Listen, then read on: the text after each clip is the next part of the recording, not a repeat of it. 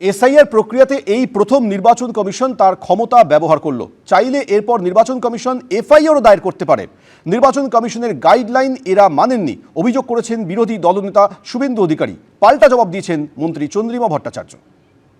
প্রথম সরাসরি সাসপেন্ড হয়েছে। পুরো এসআইআর প্রক্রিয়াতে প্রথম ইলেকশন কমিশন তার পাওয়ার এক্সারসাইজ করেছেন ডিএম বা ডিইওদের চাপে আর নন্দিনী চক্রবর্তীর ইশারাতে, আর নন্দিনী চক্রবর্তীকে দিয়ে পুরো র্যাকেটটা চালাচ্ছেন মুখ্যমন্ত্রী মমতা বন্দ্যোপাধ্যায়। ইলেকশন কমিশনের কোনো ফাইল মুখ্যমন্ত্রীর টেবিলে যায় না, ওটা সরাসরি এক্সিকিউট করতে হয় অ্যাডমিনিস্ট্রেশনকে, যার নেতৃত্ব দেন চিফ সেক্রেটারি।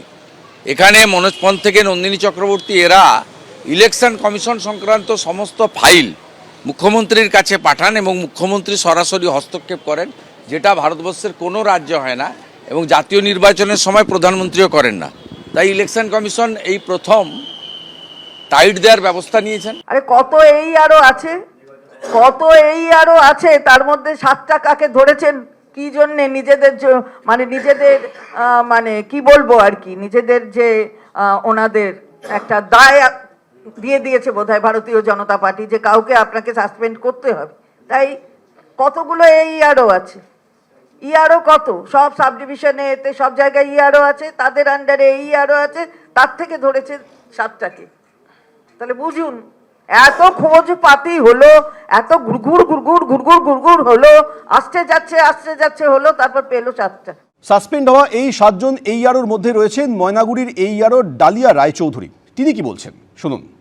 আমি আমার ইনস্ট্রাকশন উদ্যান কর্তৃপক্ষের ইনস্ট্রাকশন অনুসারেই কাজ করেছি, এটুকুনি আমি বলতেছি। আর কিছু আমি এখন এই মুহূর্তে বলবো না। বেশ কিছু অভিযোগ এসেছে আপনার বিরুদ্ধে, আপনি ওই ডকুমেন্টস প্রপার চেক না করে আপলোড করে দিয়েছেন।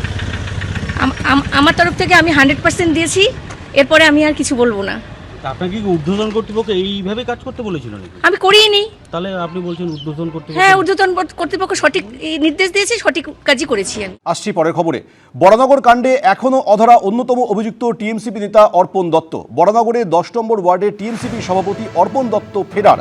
ওয়ার্ড সভাপতি হিসেবে অর্পণ দত্তের দলের অনুমোদন নেই, দাবি টিএমসিপি রাজ্য সভাপতি ত্রিদাঙ্কুর ভট্টাচার্যর। তাপস রায় তৃণমূলে থাকাকালীন ওয়ার্ড সভাপতি করে গিয়েছিলেন, দাবি বরানগরের তৃণমূল বিধায়ক সায়ন্তিকা বন্দ্যোপাধ্যায়ের। তোলা না দেওয়ায় ইন্টেরিয়র ডিজাইনারকে মারধরের অভিযোগ রয়েছে তৃণমূল নেতা শঙ্কর রাউত এবং অর্পণ দত্তর বিরুদ্ধে। 3 জন গ্রেফতার হলেও এখনও অধরা শঙ্কর রাউত এবং অর্পণ দত্ত।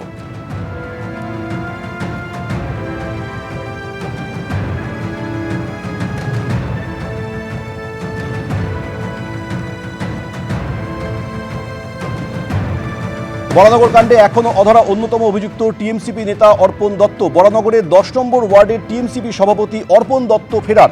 ওয়ার্ড সভাপতি হিসেবে অর্পণ দত্তের দলের অনুমোদন নেই, দাবি টিএমসিপি রাজ্য সভাপতি ত্রিদাঙ্কুর ভট্টাচার্যের। তাপস রায় তৃণমূলে থাকাকালীন ওয়ার্ড সভাপতি করে গিয়েছিলেন, দাবি বরানগরের তৃণমূল বিধায়ক সায়ন্তিকা বন্দ্যোপাধ্যায়ের। তোলা না দেওয়ায় ইন্টেরিয়র ডিজাইনারকে মারধরের অভিযোগ রয়েছে তৃণমূল নেতা শঙ্কর রাউত এবং অর্পণ দত্তর বিরুদ্ধে। 3 জন গ্রেপ্তার হলেও এখনও অধরা শঙ্কর রাউত এবং অর্পণ দত্ত।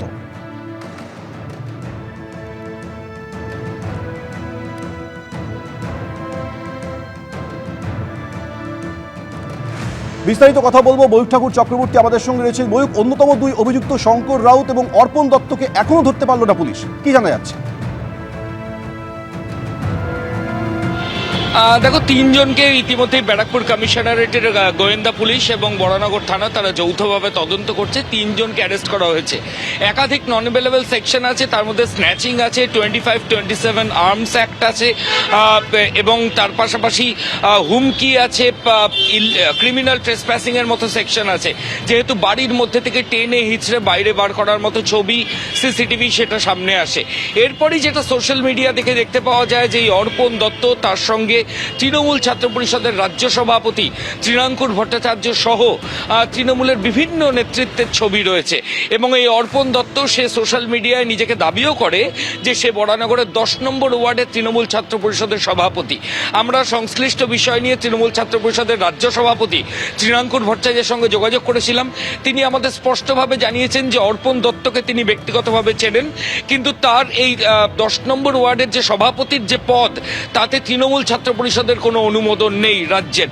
আমরা এটা নিয়ে বরানগরের যে বিধায়িকা সায়ন্তিকা বন্দ্যোপাধ্যায় তার সঙ্গে যোগাযোগ করেছিলাম, তিনি পরিষ্কারভাবে আমাদের জানিয়েছেন বরানগরের বিধায়িকা সায়ন্তিকা বন্দ্যোপাধ্যায় অর্পণ দত্তকে এই পোস্ট দেননি। এটা বরানগরের প্রাক্তন বিধায়ক তাপস রায়, যিনি বর্তমানে বিজেপিতে রয়েছেন, তিনি যখন বরানগরের বিধায়ক ছিলেন তখন বরানগরের 10 নম্বর ওয়ার্ডে তৃণমূল ছাত্র পরিষদের সভাপতি করা হয় অর্পণ দত্তকে। কিন্তু যে ছবি সামনে আসছে যে এফআইআর হয়েছে, 3 জন অ্যারেস্ট রয়েছে, কিন্তু অর্পণ দত্ত সে এখনো পলাতক অবস্থায় রয়েছে। আমাদের কাছে খবর রয়েছে ব্যারাকপুর পুলিশ কমিশনারেটের গোয়েন্দারা তারা বিভিন্ন জায়গায় তল্লাশি অভিযান চালাচ্ছেন, বিভিন্ন একবারে পুলিশ hideout- তল্লাশি অভিযান চালাচ্ছে, কিন্তু এখনো পর্যন্ত শঙ্কর রাউত এবং অর্পণ দত্তকে পুলিশ ধরতে পারেনি। তুমি আমাদের সঙ্গে থাকো। আপনাদের সামনে রেখেছি বিজেপি নেতা সজল ঘোষের পোস্ট করা সেই ভিডিও সিসি ফুটেজ, যেখানে অভিযোগ উঠেছে যে সুদীপ্ত ঘোষ ইন্টেরিয়র ডিজাইনার তাকে তুলে নিয়ে গিয়ে মারধর করা হয়েছে। এই সিসি ফুটেজ প্রকাশ করার পর পুলিশ তদন্ত শুরু করে, 3 জনকে গ্রেপ্তার করে, কিন্তু অন্যতম 2 অভিযুক্ত শঙ্কর রাউত এবং অর্পণ দত্ত তাদের এখনো পর্যন্ত পুলিশ ছুতে পর্যন্ত পারেনি। আরেকটি সিসি ফুটেজ সামনে আসে, যেখানে দেখা যাচ্ছে রাস্তায় নিয়ে তাকে মারধর করা হচ্ছে। অভিযোগকারী সুদীপ্ত ঘোষ তিনি নিজে এই সিসি ফুটেজটি দিয়েছেন, যে সিসি ফুটেজে দেখা যাচ্ছে রাস্তায় নিয়ে গিয়ে তাকে মারধর করা হয়েছে। এরপর ক্লাবে নিয়ে গিয়েও তাকে ব্যাপক মারধর করা হয়েছিল বলে অভিযোগ উঠেছে। আর এই ঘটনায় ইতিমধ্যে পুলিশ তদন্ত করে 3 জনকে গ্রেপ্তার করেছে, কিন্তু অন্যতম অভিযুক্ত শঙ্কর রাউত আইএনটিটিউসি নেতা, তার কোনো খোঁজ নেই। টিএমসিপি নেতা অর্পণ দত্ত, তাকেও পুলিশ এখনো পর্যন্ত ধরতে পারে। এইগুলো ঠিক হচ্ছে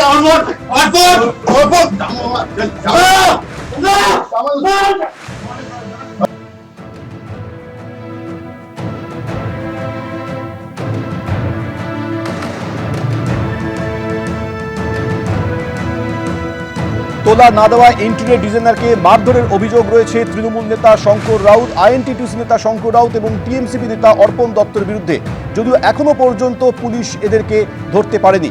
3 জন গ্রেপ্তার হলো, এই 2 জন এখনো পর্যন্ত অধরা রয়েছে।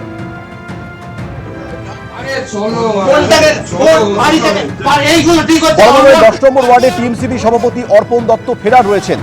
ওয়ার্ড সভাপতি হিসেবে অর্পণ দত্তের দলের অনুমোদন নেই, দাবি টিএমসিপি রাজ্য সভাপতি ত্রিদাঙ্কুর ভট্টাচার্য।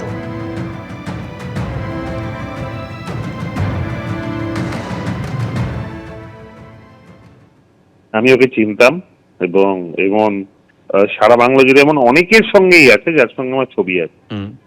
কার কি মোটিভ, কার কি চিন্তা ভাবনা, এটা তো বোঝা যায় না। আর আমরা যারা রাজনীতি করি তারা আজকের দিনে সেলফির যুগে বা ছবির যুগে এটা খুব ইজি, সকলের সঙ্গে সকলের ছবি থাকে, এটা বারণ করাও কাউকে যায় না। ছবি তোলা মানে তার ভালো এবং খারাপ কাজের দায়ভার নেওয়া, সেটা তো নয়। এবং আমি দায়িত্ব সহকারে বলতে পারি যে এমন কোনো কমিটি বা এমন কোনো মানে কোনো ওয়ার্ডের সভাপতি হওয়ার অফিসিয়াল কোনো কাগজপত্র আমাদের কাছে নেই। দলের তো তাদের প্রত্যেকের সম্পর্কে দায় নেওয়া সম্ভবপর নয়। কেউ কোনো জায়গায় দোষী হলেই তার সঙ্গে তৃণমূল বা তৃণমূল ছাত্র পরিষদের পদাধিকার, তৃণমূল নেতারা তাকে নেতা বানিয়ে যে একটা চেষ্টা করা হয় দলকে মেলাইন করার। এবিপি আনন্দ এগিয়ে থাকে, এগিয়ে রাখে।